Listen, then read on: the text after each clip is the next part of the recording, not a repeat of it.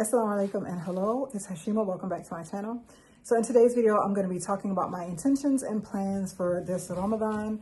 I realize that if I don't set my goals and intentions before Ramadan starts, then I find myself chasing every single day, feeling like I left something behind, feeling like I didn't do something, I didn't accomplish something that I wanted to accomplish. So I'm setting my goals now and I'm sharing them with you all just in case they provide inspiration or motivation. If there are things that I do not mention that you plan on doing, please leave them in the comment section below because I love drawing inspiration from other people. I just love getting ideas and things like that, of course. So the first thing that I intend to do is complete the Quran. This is a Quran that my son gave me some years ago. It does not have the juz all separated, so I use paper clips to separate them way back. As you can see, this book is very tattered. I use it often. I know that they have new books now that have the juz separated and everything like that in advance, but I'm using this one and I want him to receive the benefit of my reading as well for him giving me the gift. So I'm going to continue to use this book until it falls apart.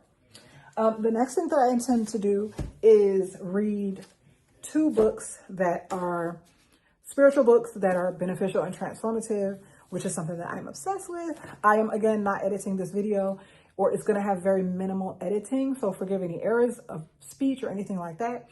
And if you see me doing this, it's because my chair is swiveling. So this book is Secrets of Divine Love. I absolutely love this book. The one thing that I can say that I got from this book, from what I remember from reading it, which was probably 2 years ago, was a clearer understanding about our connection to Allah during Salah. And it just improved my khushu a tremendous amount in Salah. And I don't know, it's a must read book. It really is. And I'm gonna do something right now that I do regularly. I've never done it on film, but I'm gonna flip to a page and see what Allah gives us from this book, a little excerpt. Okay, the mysterious world of the Quran. The Quran is a divine letter of love sent from Allah. It shows us all the ways He has loved us before we were ever given the chance to love and to know Him.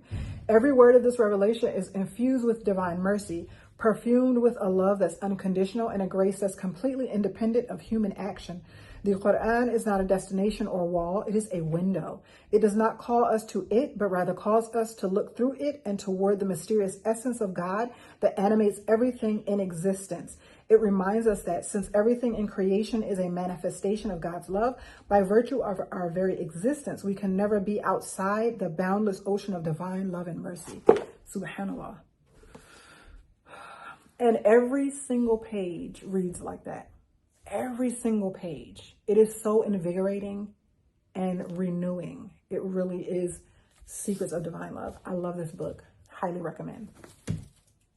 The next book I'm going to be reading, inshallah, and the only other book that I'm going to read because I don't want to overtax myself. Sometimes I have a tendency to do that as well. And sometimes when you put too many things on your list, then you end up not doing most of them. So it's better to scale back, for me anyway. So this book is Futu al-Ghaib, or Revelations of the Unseen. It is a collection of 78 discourses by Sheikh Abdul Qadir Jilani, who wrote this book, or the saint, Sheikh Abdul Qadir Jilani, lived over 1,000 years ago. And his books, I have many, many of his books, and they are all beautiful and transformative. This one speaks specifically to the transformation of the spirit, the soul, and also the mind. It's a book to train you on understanding the ways in which we can purify ourselves. So I'm going to do the same. I'm going to flip through to a page and see what Allah gives us to read. Okay, so this one is the 55th discourse on giving up life's pleasures. The Sheikh, may Allah be well pleased with him and grant him contentment, said, the giving up of life's pleasures occurs 3 times. To begin with, the servant stumbles along haphazardly, motivated in all circumstances by his natural impulses, without dedication to the service of his Lord, uncurbed by any restraint in the sacred law, and uncontrolled by any of its limits. While he is in this condition, Allah looks upon him, meaning that He has mercy on him. Allah sends him one of His creatures, one of His righteous servants, as a spiritual advisor in order to awaken his consciousness. He also provides a duplicate advisor from within the person's own self. These two advisors team up against his lower self and natural disposition. As the spiritual counsel begins to take effect, it becomes apparent that his character has been flawed by such habits as riding the steed of natural impulse and contrariety. So he now inclines toward the sacred law in all his behavior. Subhanallah. Wow, that was deep. Whew, okay, so yes, I'm going to be reading those two books. I'm going to move on because, again, this is not going to be edited, so I don't want to pause too much. That was overwhelming. So the next thing I'm going to be doing is journaling, and this is something that I do all year round. I do different kinds of journaling. This one is a journal that I purchased some years back. I purchased several journals from this company, which is Barakah. I'm actually now an affiliate of this company as of about a month ago. And that's because I love these planners. When the owner contacted me about becoming an affiliate, I was like, absolutely, because I love these journals. Okay, they're very beneficial. It is a leather bound, I believe it's a leather bound journal, very comfortable feel. Don't have shea butter on your hands when you're using this journal. The beautiful Arabic calligraphy on it. It says Ramadan. It does not have a date. It's undated, so you can use it at any point. So if you don't use it completely this Ramadan, you can use it the next Ramadan. It has a pen holder.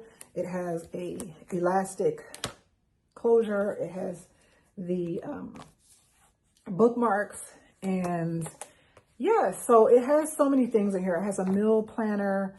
It has du'as. It has things to guide you to set intentions.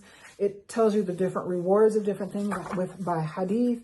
It talks about, it has a brainstorming area for Laylatul Qadr for you to put together your dua. It has a habit tracker, a Quran tracker.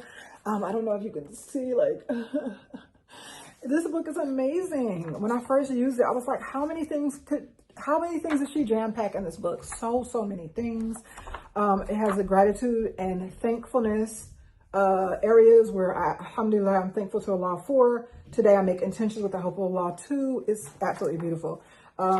It has, you can write your Ramadan goals.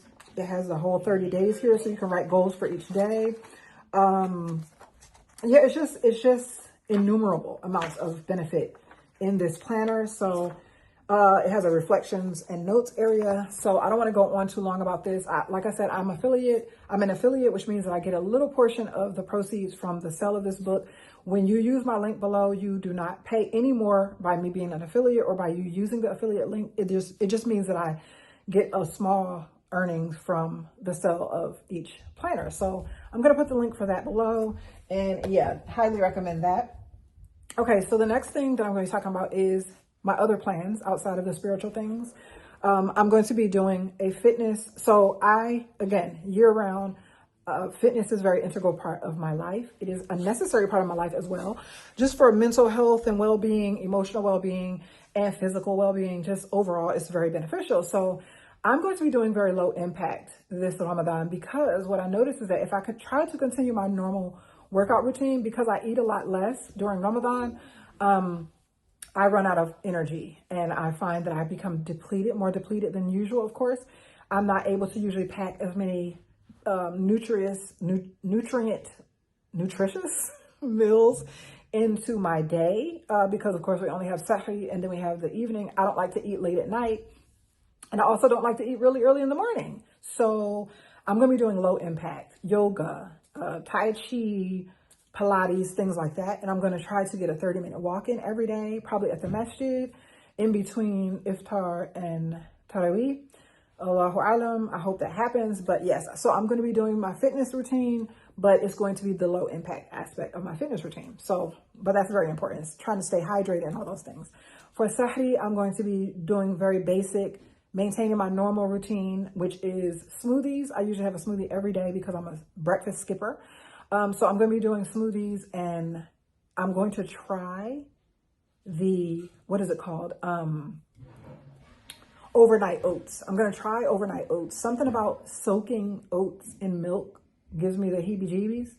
I don't like soggy things. Like, I have texture issues. So I don't know if that's going to work out, but I'm definitely going to try. before I decide that I'm not going to do that. I'm sorry, I'm a hijab fixer. So the other thing that I'm doing is eliminating decision fatigue. I want to eliminate the anticipated stressors that happen every single Ramadan. One of those things is me having to fuss at my boys, find your kufi, find your thobe, find this, find that. No, we're not doing that. So I have a clothes rack. I'm going to be putting all our clothes on that we're going to be wearing to the masjid this month. Their kufis are going to be in something, and it's going. That's that. I'm not doing it. I'm not stressing unnecessarily. I just don't have time. I don't want to expend energy, especially not negative energy. So that's one of the things that I'm going to be doing. The other thing is that I want to try to ease the stress of people around me. So at the masjid, inshallah, I'm going to be volunteering in the food serve lines. I've noticed that the girls or the ladies who do the food serving are usually very, very stressed. For some reason, we seem to forget that discipline and patience is one of the things that we're supposed to be strengthening during Ramadan. So people get very, very impatient when it comes time to break fast. And if they don't have their plate instantly, and it's like everybody can't get their plate at the exact same time. But if there's more servers, then more people can get their plates sooner. You know what I'm saying? So inshallah, that's going to be an area that I help out with. We'll see how that goes. The other thing is decorating. I'm not sure if I'm going to decorate. Do you all decorate? My boys are older now. So the last time we decorated was 3 years ago when we had our own place. And they liked it then, but I feel like at 11 and 13, they're probably not going to care that much anymore. So yeah, I'm not sure if I'm going to decorate. I'm going to find out from them if they want to, even though it's already basically Ramadan. I usually do green and gold decorations or white and gold. So there is that. I think that's pretty much it though. I think I covered everything. If there's anything that I didn't say, again, that you feel like, you know, is beneficial that you can share in the comment section, please do that. Like the video, subscribe if you have not and you like this kind of content. But yeah, that's going to be it. Until next time, assalamu alaikum.